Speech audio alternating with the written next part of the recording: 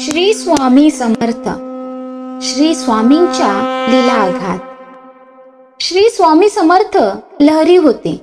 कधी ते या गावात तर कधी रानावनात हिंडत.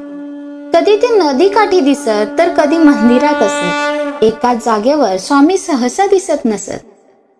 एकदा अशी स्वामीच्या मनात लहर आली की आपण सोलापूरला जावे. झालं असं की स्वामी तरातरा पायी चालत सोलापूरच्या दिशेने निघाले. दुपारची वेळ होती.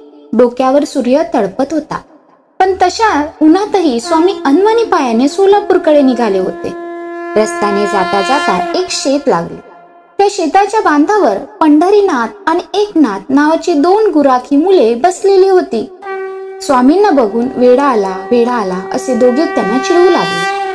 पंढरीनाथ म्हणाला, बाबा पाणी पिता का? तर एकनाथाने विचारले, बाबा भाकरी खाता